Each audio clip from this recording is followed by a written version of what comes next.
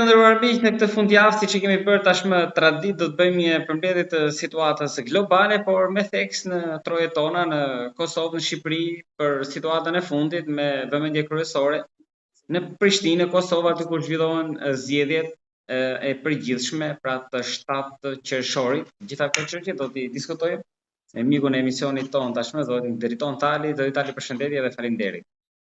Përshëndetje nga Londra, I përshëndes të gjithë ata që do të na përcjellin. Me shpresë se do të jemi interesant për ta. Ju gjithmonë jeni interesant, aq më tepër edhe me zhvillime që janë mjaft të brutshme. Zoti Tali, ne kemi pas disa zhvillime për ta nisur nga Tirana, që është kthyer në kryelajm të mediave botërore për shkak të protestave për gati një javë, që nisën javën e parë në Zvërnes dhe vazhduan më pas çdo mbrëmje në Tiranë. Shumë e kanë interpretuar edhe si tronditje të themeleve të qeverisë. Por qeveria thotë që janë agjenturat e huaja që po e bëjnë këtë. Ndoshta edhe kundërshtarët të Trumpit, me që dhëndri i tij dhe vajza, Kushneri dhe Ivanka, do të investojnë në jug, në Zvërnes, në Sazan. Ju si mendoni, si do të shkojë kjo valë protestash që, sigur e thash edhe pak më lart, një pjesë e kanë cilësuar si verë shqiptare, marshkas nga pranvera arabe. Nisur edhe nga zhvillimet se edhe në Beograd kemi protesta që vazhdojnë, një situatë trazuar në Maqedoni, zgjedhje në Kosovë. Pra, Ballkani po vlon, por unë dua mendimin tuaj për Tiranën.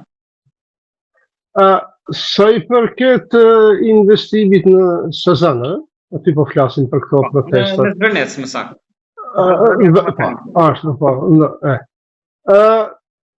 Sipas mendimit tim, unë dje e bëra një status, do t'i përkraja vetëm në aspektin e transparencës. Pra ajo është pronë e gjithë shqiptarëve, qeveria është agent I qytetarëve, po flasëm në aspektin filozofik, atë privilegj të agentit të qytetarëve e fiton me votë. Të shti demokratike, pa demokratike, Edi Rama I ka fitu votat. Dhe aje ka të drejtën legjitime të flasë në emër të qytetarëve. Por me gjithatë për këso vepra, duhet të ketë një debat gjithë popullor, publik, pra të jetë transparent. Në këtë aspekt unë protestuesit që I përkraj. Për ndryshe, këto broshkullat se Izraeli po vje atje, se madje edhe mbrojtja e ambientit, unë nuk di se cili investues, po flasim për turizëm, nuk do ta mbroj ambientin aty sepse biodiversiteti tërhek turist, për më tepër turist çfarë unë e kuptova se investimi do të jetë pra luksoz. Prandaj unë nuk I frigohem dëmtimit të biodiversitetit atje, për më tepër besoj se investuesi do të ketë kujdes të veçantë, sepse ajo do të jetë përparësi konkurruese për atë projekt, krahasuar me investimet të themi në Greqi apo në Turqi apo të natyrës së ngjashme apo në Itali. Në Greqin, pra kush është skenari me besu? Nuk është transparente, nuk e përjashtoj. I pash disa islamist, sidomos këta kosovar, të cilët ishin solidarizu, e di që ata janë solidarizu nga fakti se Gjerd Kushner është hebre, por ajo është amerikan. Ke parasysh. Dhe pa marrë parasysh, investuesi, sepse kapitali nuk ka komp. Dakor, në rastet amerikane. Në rastet e veçanta kur mund të si them rrezikohet rrethi, shoqëria, prandaj duhet me një diskurs, me një diskutim, debat publik që ky problem të zgjidhet. Unë nuk po shoh problem, po e shoh që është krijuar si problem. Tashti, kritikat që i merr Rama dhe anti-ramistët, unë nuk jam pro Rama, ata të cilët mua më njohin, unë kam qenë shumë kritik, jam kritik për skenën në Shqipëri, nuk i du skenat politike, sidomos post-komuniste të dominohen nga një individ, po për skenën politike në Shqipëri sa ka faj Edi Rama, nëse e ka rritë të nëpërmjet të korrupsionit, siç po e akuzojnë kundërshtarët, kanë pas që faj edhe opozita me theks veçantë Sali Berisha, të cilin dikur e kanë për krah, po tashti tani janë nuk jam ka kuptoj. Janë të dy një krah në mbrojtje. Shiko, unë thash, solucioni më i mirë është debati publik. Ajo toka që nuk është Edi Ramës, nuk ja ka lënë Kristaq Rama trashëgim, është tokë e Shqipërisë, është ka hise secili qytetar i Shqipërisë. Me një debat arsyeshëm civilizues, unë e di që edhe qytetarët e Shqipërisë, nëse e shohin se është në interes të Shqipërisë që të zhvillohet turizmi, do të jenë dakord. Tash e kam parasysh se dikush më atje për arsye ambientalistët, për çfarë do arsye do ta kundërshtojnë, por ata janë minor.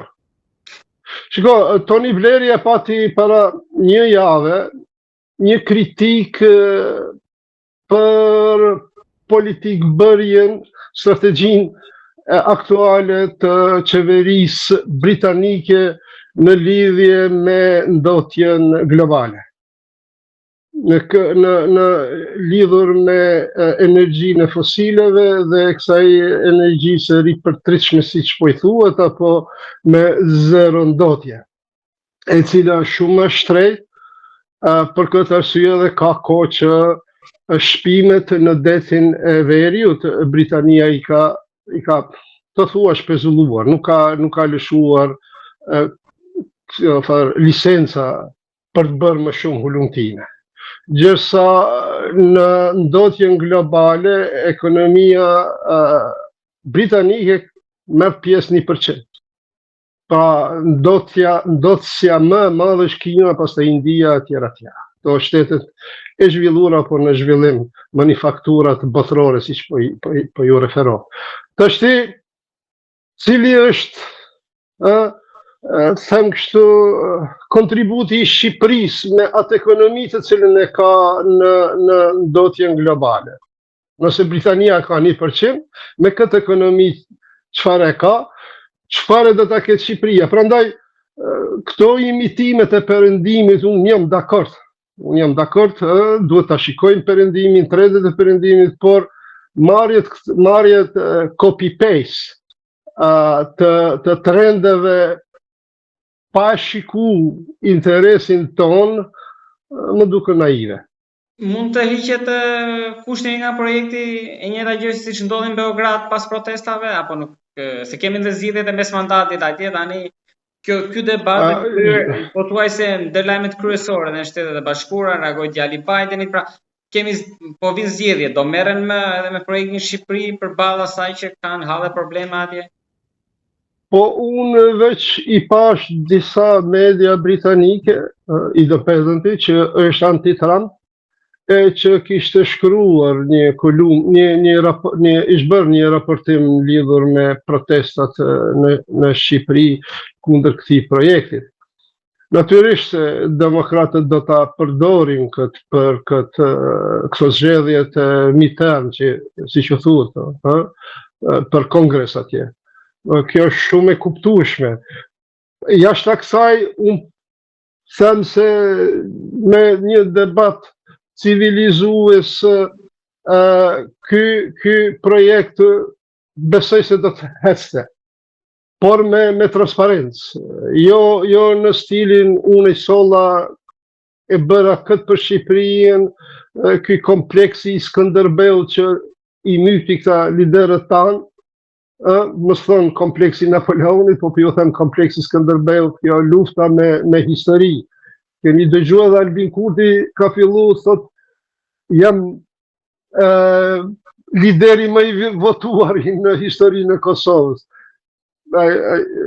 Ky Sfeshla, Xhelal Sfeshla, kishte deklaruar, kishte dhënë deklarat, kishte thënë unë jam ministri i punëve të brendshme i pari në historitë Kosovës.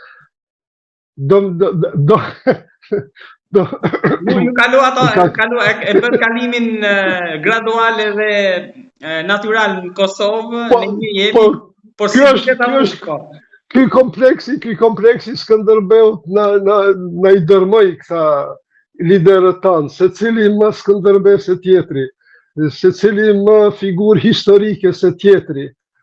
Kjo arrogancë provinciale, për mos thonë maloke, duhet ndaluar. T'jem pak më modest, të dim se Shqipëria sa ka ngela, a është 2 milion, Kosova është diku 1,5 milion. Birminghami këtu i ka 2 milion banor, tashti ke parasysh, me pyet dikë se kush është krye bashkiak i Birminghamit, nuk e di asun. Zoti Tali, ne jemi kaq me rëndësi janë këta liderët tanë, prandaj le ta ndrojmë qasjen. Una? Po. Qerin e bën ma. Për vete. Andaj kemi ngel vendet më të pazhvilluara, bëjmë gara, herë ne jemi më të pazhvilluarit, herë Shqipëria. Ka herë Kosova i del përmi Shqipërisë, e herë Shqipëria në del. Po asnjëherë nuk po mundemi me dalë, me u ikë fundit të tabelës. Për fat keq pra gara bëhet për vendin e fundit. Zoti Tali, çfarë do ndodh në Kosovë? Ju si e shikoni këtë javë që unë mbyll pritni më shumë që ndoshta Vjosa Osmani të shpalosë gjithë arsenalin e saj kundër Kurtit, apo edhe një përgjigje ndoshta të Kurtit. Nuk po flas për PDK-n, e cila duket sikur ne kemi folur në atë guackën e saj, rreth 20% që aty poshtë lart, por nuk ka lëvizur në zgjedhjet e fundit dhe tani me një lider teknik, edhe nuk është se prisim diçka nga ajo. Pra, pritshmëria ishte Vjosa dhe Albini. Tani me ato që ka ndodhur deri tani, çfarë do ndjerin kutitë e votimit të hënën? Po unë kur t'jen kështu me qëllu për mbrapsht gjithnjë qëlloj, po për smiri kurse qëlloj. Ashtu si që thash se do të ketë më pak votues kësaj radhe, pra jo, ai parashikimi im pesimist do t'jetësohet nesër, si pas gjitha gjasave. Debatet kanë vazhdu me këto shpifje, ngatresa, akuza, nuk është debatu për projekte, nuk është debatu për ide të reja, jo që ato edhe më parë janë implementuar, po me gjithate është një farë, si them, shenjë civilizuese që të debatohet për projekte të reja, për ideja të reja, edhe nëse nuk realizohen të gjithat në plotni, me gjithat e japin një drejtim shoqërisë dhe shtyjnë përpara shoqërinë. Me këto ngatresa që unë po jo them ngatresat mahallave, sepse gjithë politikanët e Kosovës që janë në garë për kryetar hiqe Gjinin, Ardian Gjinin duket se dia ka apartament, duket se dhe ka apartament në Prishtinë, të gjithë këta jetojnë në Prishtinë. Pra jetojnë në larg popullit. Po jo, ngatresa është, ne themi mahall me mahall. Dhe nëse nuk janë gjendje mahall me mahall mu marrë vesh, të është si dhe ta bëjmë bashkimin kombëtar. UÇK-ja është betu në bashkimin kombëtar. Edhe të vendosja ka pas në program, kështu prioritet bashkimin kombëtar. Nuk janë gjendje mi bashku mahallat e Prishtinës, e tash si mund të presim bashkojnë kombin. Ke parasysh, bashkimin e Tazëm Drenicës me Laberin atje, apo Ana Moravën, çka di unë me muzician atje. Do të thonë që kanë edhe qasje të ndryshme, edhe akcente të ndryshme tjera tjera. Prandaj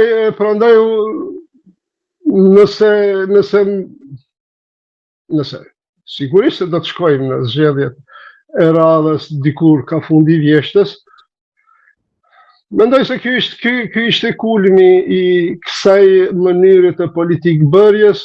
Besoj se do të ftofen gjakrat, do të ftofen, sepse do ta shohin që votuesi kosovar është lodh me këto broshkulla, me këtë kompleks të Skënderbeut, secili mas Skënderbes e tjetri. Një mik i imi më dërgoi Florim Krasniqin. Florim Krasniqi është një ndërmarrës i suksesshëm i gjeneratës së re në SBA për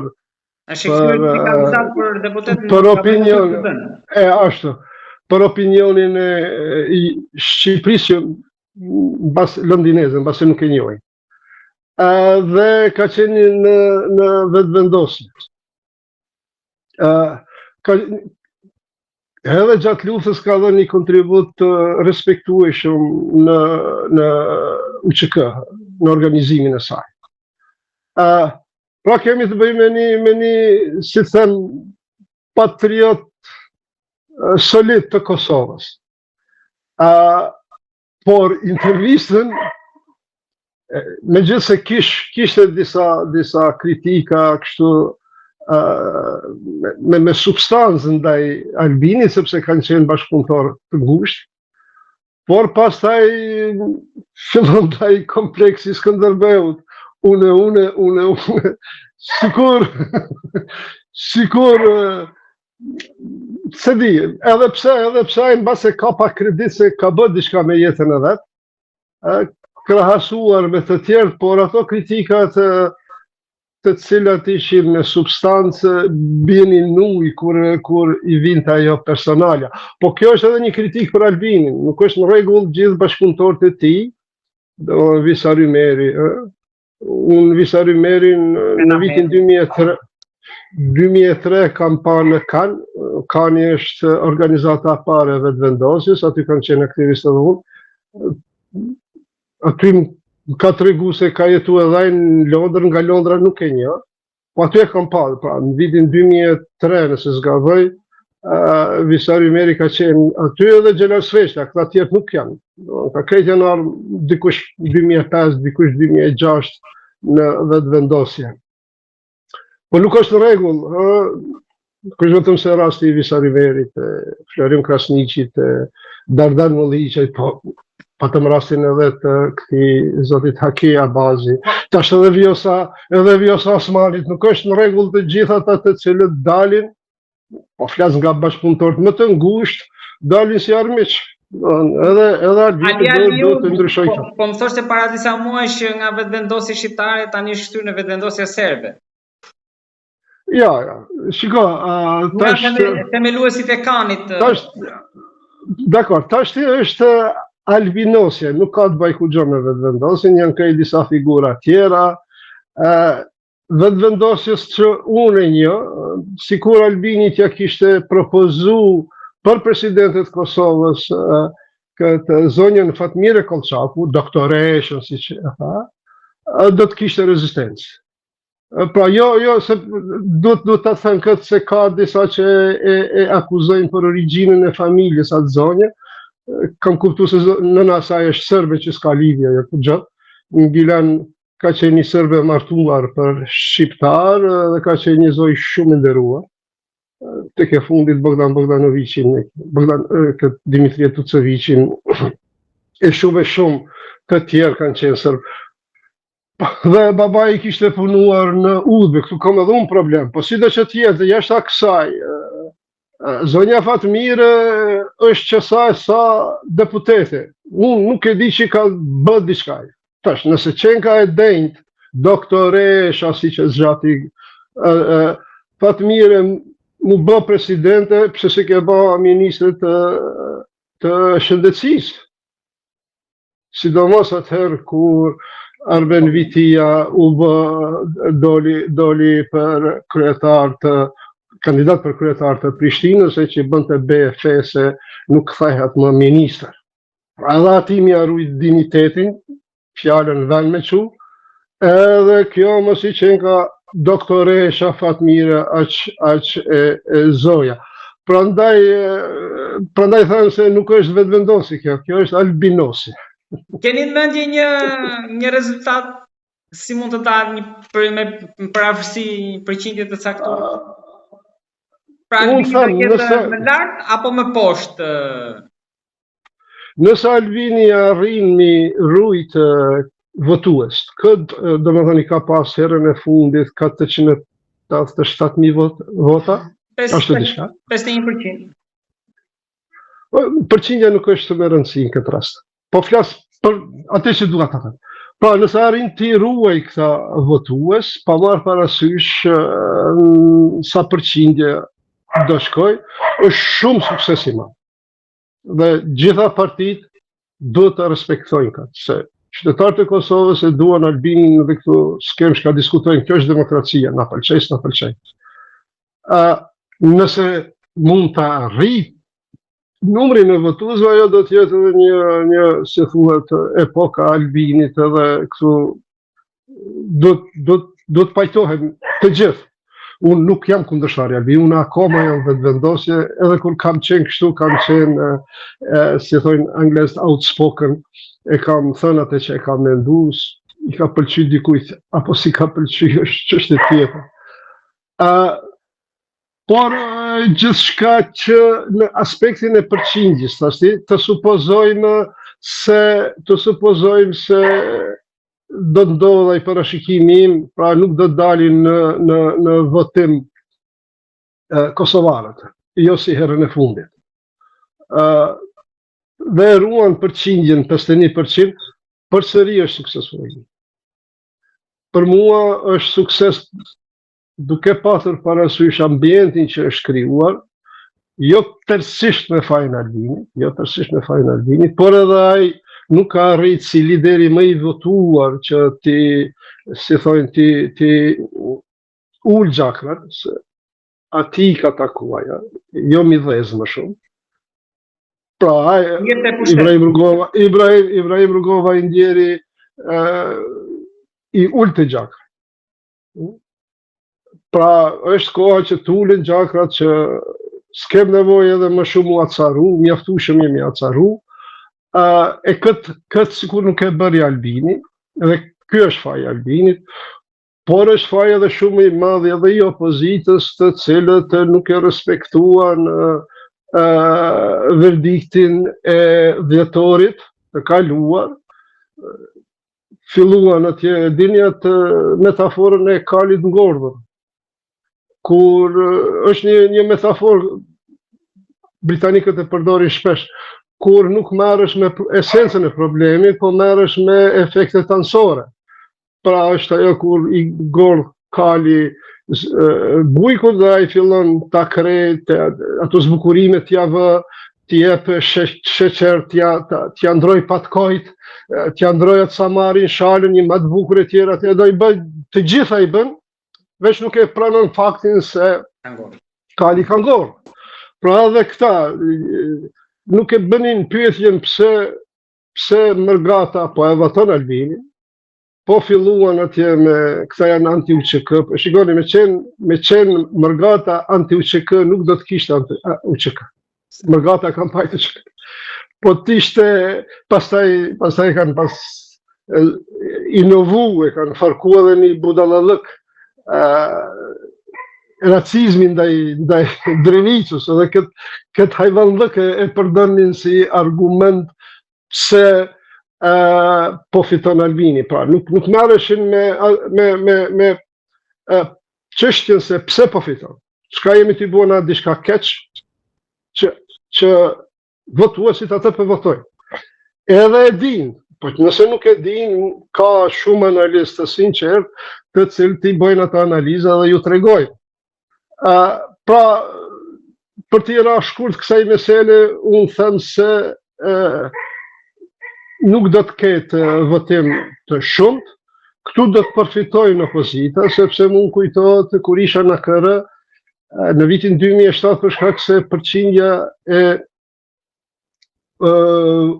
votuesve ishte ulët.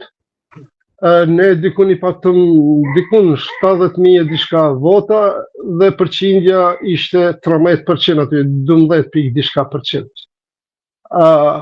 Pra nëse bie numri i votuesve, atëherë përqindja ngel në strukturë. Dhe si që shihet PDK-ja është aty me 192.000, 196.000, tash i shtohet edhe struktura e Fatmir Limajt, e nismë, dhe më thonë aty do tjetë. LDK-ja është me rreth 130.000, tash s'pedi saksisht sa i ka, po të supozojmë se edhe Vjosa ja qënë disa mijë, pak mijë, jo shumë, bëhet 130.000, dhe me 130.000 do të rritet përqindja base 20%, po varsisht se si do dalin, po nëse dalin me shumicë si herën e fundit, atëherë më shumëti do të dëmtohet AKJ-ja, sepse do të vije në pikë pyetje a do ta kaloj pragun, sepse pragu rritet. Pa kjo është sa i përket zgjedhjeve votimit të nesër, është për mendimin tim më enigmatiku që e kemi patur deri tashti. Enigmën presim që ta zbërthejmë, po ndërkohë që qershorin e kemi të mbushur dhe me data të tjera historike. Tani si erdhëm nga lidhja e Prizrenit këtu, për disa nuk është vetëm sigurisht lidhja e Prizrenit historike për gjithë shqiptarët, por edhe themelimi i shtabit të UÇK-s, edhe Marko Kumanovës që dorëzoi Miloševićin. Po shiko, ne në histori i kemi kështu data historike, tamam, jo kësofar pretendime. E kemi kthimin e Skënderbeut, pra që në ka udhëzu jetë, në ka mbajtë si shqiptar, kthimin e Skënderbeut në Krujë, vendi i Leshës, lidhja e Prizrenit, pavarësia e 28 nëntori, pra, edhe kemi tashti pavarësinë e Kosovës, është atë në shkurt. Dëmon, këto janë ato datat të cilat janë me të vërtet data madhore për neve, janë sukseset mëdha. Lidhja e Prizrenit fatkeqësisht kohën e fundit, shiko në financa janë disa investues ju thojnë kontrarianët. Ata investojnë kundër rrymës që mbizotron në berzë. Pra, kur shiten disa aksion, ata i vlen dhe pastaj presin derisa trendi të jetë në favor të tyre. Dhe pastaj i shesin. Pra, investojnë kundër disponimit të bursës. Kemi edhe disa historianë të ne këtu, kontrarian, që gjithçka munohen me interpretu kundër një farë historie të historianëve pionirtar. Ta zë me lidhjen e Prizrenit nga historian kosovar është Marsadullah Brestovci. Seriozisht kështu, që mund të mësosh diçka nga ai. Por ke pastaj Ali Hadri që sa flashin. Dhe sidomos këta me kosciencë islamiste, sa herë që ti flet apo debaton diçka në atë aspektin kombëtar, sepse aty lind nacionalizmi jon, ata arsyetimin e kanë po ti po flet nga ato që i ke lexu historianëve të Enverit apo historianëve Titës. Kjo është argumenti i tyre. Pra, dhe sikur ka ngel studimi i lidhjes së Prizrenit në ato kornizat e këtyre pionerëve them të historisë sot. domethënë akoma disa historian e shpjegojnë me Magjarpashën dhe me ato që ka ndodhë, jo Karaërmane ka qenë ka qenë pro Osmane, ka qenë për sultanin, madje këtu janë futë edhe disa ish nacionalist që janë shëndru në krishterist dhe islamofob. Janë shumë të zëshëm edhe këta, ajo ana tjetër e medalës. Dhe këtu po pëson debati i arsyeshëm për lidhjen e Prizrenit që unë them se edhe më tutje duhet të jetë inspirim për kombin shqiptar, sepse lidhja e Prizrenit është produkt i Komitetit Stambollit, Komitetit Qendror për mbrojtjen e të drejtave të kombësisë shqiptare, është shkruar. Dhjetor 1877 dhe nëse i shep për mbajtjen e atij komiteti është ajka jon, janë vëllezërit Frashëri, Samiu me Abdylin, është Hasan Tasini apo Hoxha Tasini, siç disa e quajnë rektori i parë i Universitetit Stambollit, për Darul Fënimin, që Darul Fënimi ka qenë një shkollë laike, ku gjës ka pas të baj me universitet, të cilën e mbyll ky Abdulhamiti i dytë. Pra, Darul Fënimi ka pas të bëj me universitet nivelit kohës gjithnjë po flas, ato universitetet që kanë qenë në Evropë, aq sa ka të bëj një shkollë e lartë madje as shkollë e lartë s'ka qenë. Por ka qenë Darul Fënim shtëpia shkencës, është quajtur. Edhe pse edhe aty është mësuar për filozofinë islame.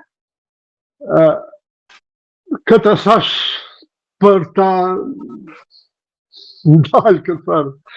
Universitetin e Stambollit, Hoxha Tasini, rektori i parë, s'ka pas, Perandaria Osmane, për shkak se s'ka pas universitet, është shkatruar. Për shkak se industrializmi është pengu nga sultanët, për shkak se ky Abdulhamiti i dytë ka udhëheq me kokë të shekullit 15. Ka qenë sultanish me kokë të shekullit 15 me trup në fund shekullit 19. Një njeri shumë negativ edhe për Perandërinë Osmane edhe për historinë turke, e sidomos për neve shqiptar. Pra, kthehemi te lidhja Prizrenit. Lidhja Prizrenit është si produkti i kohës, i humbjes së luftës ruso-turke, siç dihet rusët futën në tash i thojnë Jeshilköy, Shën Stefani, që është në Bakërköy atje, futën në shkurt të vitit 1878, tash është pjesë e Stambollit. Sigur mos tregonte Britania, Franca se do t'i dërgonin anijet në Bosfor kundër perandërisë ruse, Rusia do të realizonte atëherë ëndrrën e saj shekullore për ta çliruar Konstantinopolin, sepse Rusia vetën e ka konsideru gjithnjë si vazhduese e perandërisë romake lindore që tash po i thuhet perandërisë bizantine. Pra, ishin këto kundërthënjet gjeopolitike, cilat i detyruan, nëse kushdo që ka lexu pak për lidhjen e Prizrenit e din që shënimet kryesore i kemi nga revista Sami Frashëri, tërgjimenti i Shark, përkthyes i Orientit. Që do të thotë se Sami Frashëri ka qenë hunë e buzë, si themin, hunë e kry, kështu i involvuar në lidhjen e Prizrenit. Komitetin e Stambollit ka qenë edhe Ymer Prizreni, që për mua Ymer Prizreni është zbashku me Hasan Prishtinë në Kshinhotin. Pak kemi njerëz të cilët janë fliu për patriotizëm, ndërta është Imer Prizreni. Haxhi Imer Prizreni ka qenë nga një familje feudale, ka studiu shariatin në Stamboll, pra tamam një otoman me një karrierë të gjerë në Perandërinë Osmane, dhe ai e zgjedh nacionalizmin ashtu siç ishte u Kshinhoti ta zëm ministri i punëve të jashtme të Kosovës, që atëherë quhej sekretar për marrëdhënie me jashtë, kështu ishte i Këshillit Ekzekutiv. Këshilli Ekzekutiv ishte qeveria e Kosovës, po flas vitet e komunizmit jugosllav. Dhe në atë post u quhej mbrojti demonstratat e të thënisht,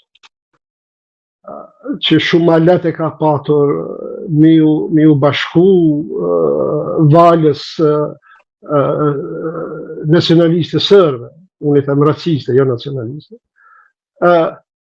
sigur të gjithë të tjerët politikanët.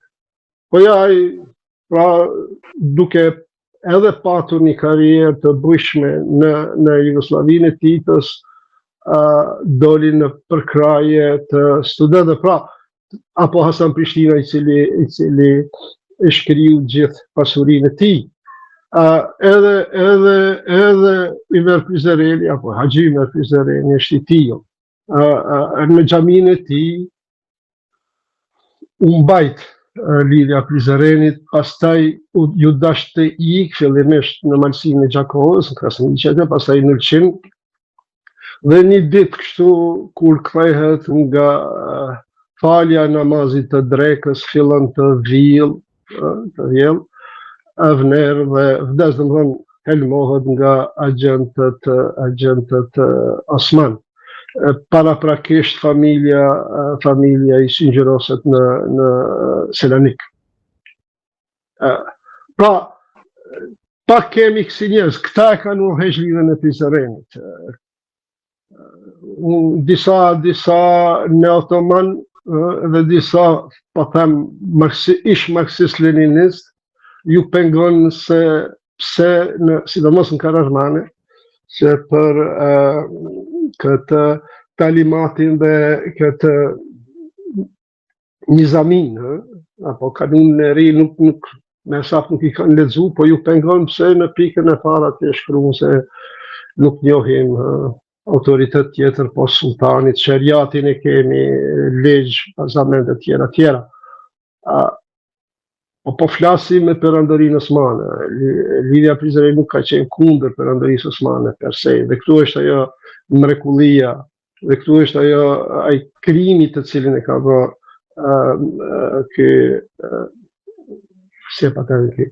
Abdulhamit i dytë, që në otomanët e kanë papë, thirrën e mund.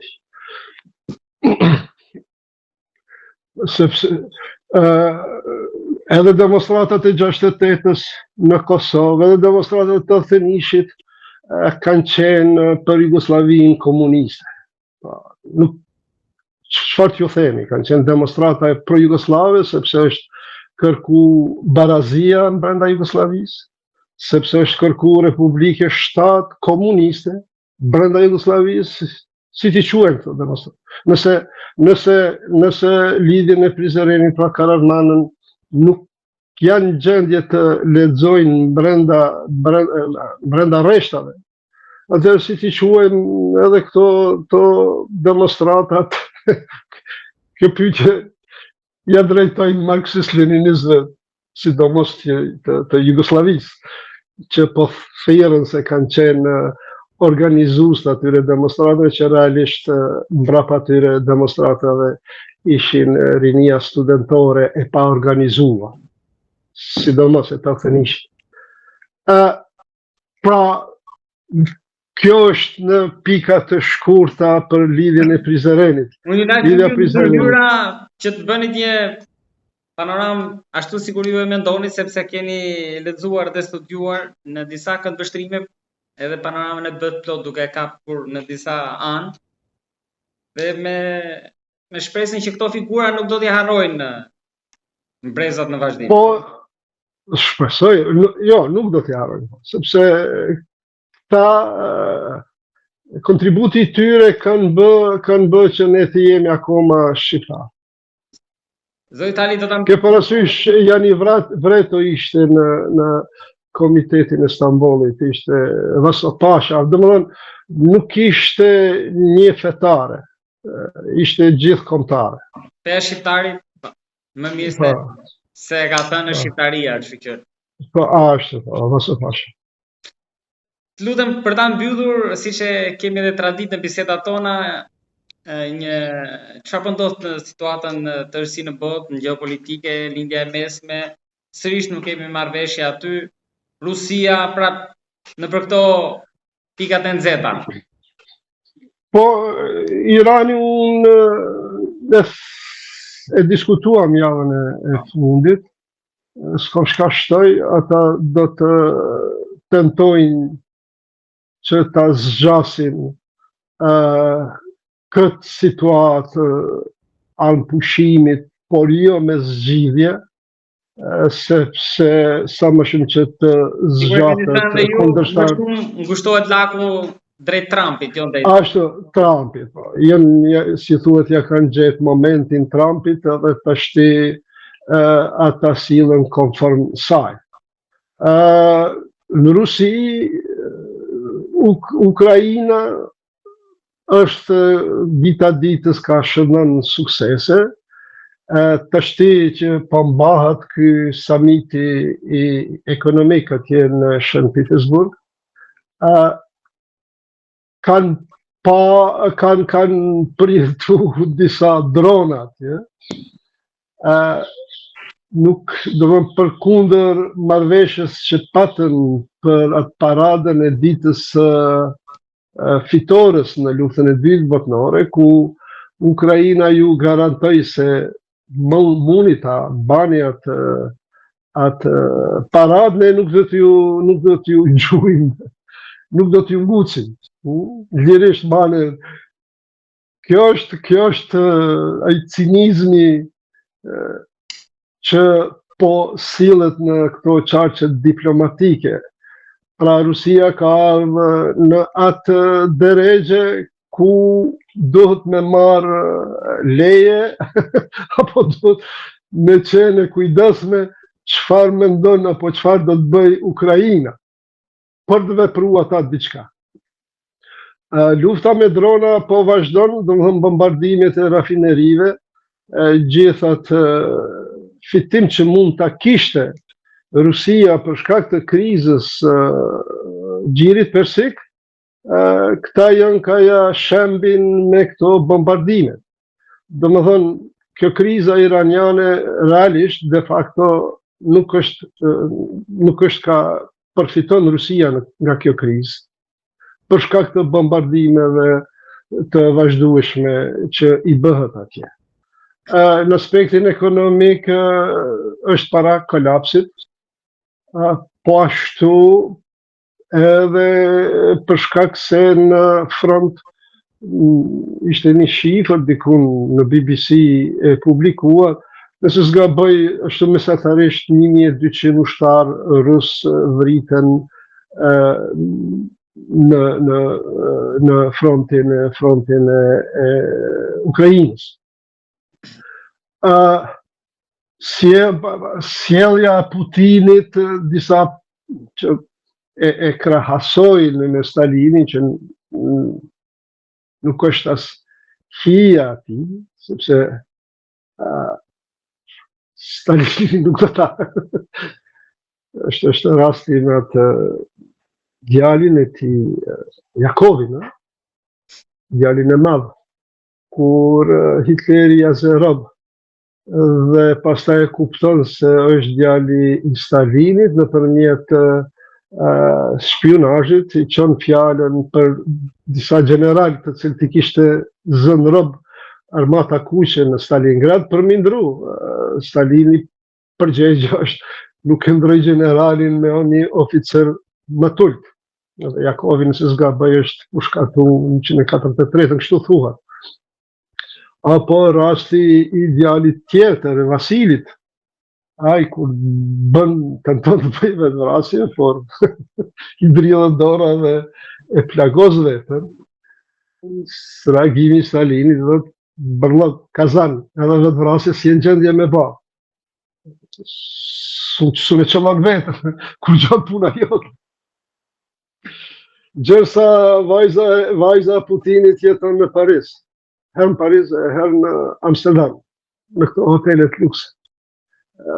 Paramendo se edhe Saddami, i cili është ai programi dokumentar kur i ekzekuton në atë mbledhjen e famshme të partisë Baath kundër rivalit të tij. Po jo vetëm rivalit të tij, por kur e bën atë pastrimin e partisë së tij me atë dhe sigaren puro, si e thonë anglisht full of himself, krenar, arrogant, por pastaj u fut si një në atë birucën atje kur e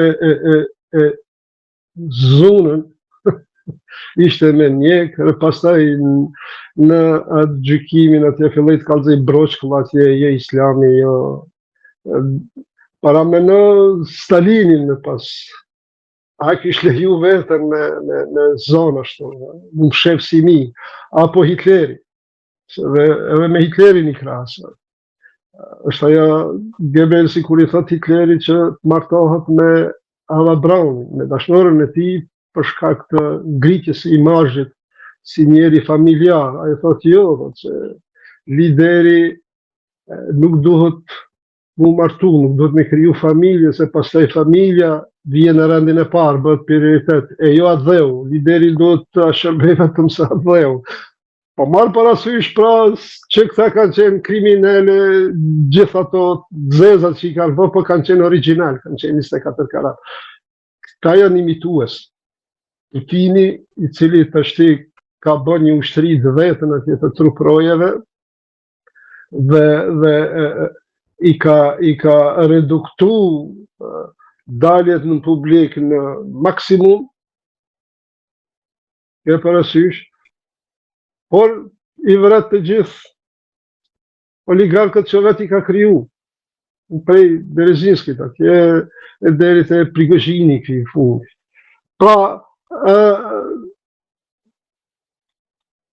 unë pres Rusien që shpejti të dorëzohet, nga pikpamja e rajonit, nga pikëvishtrimi i rajonit, nga se lufta është fut në vitin e 5,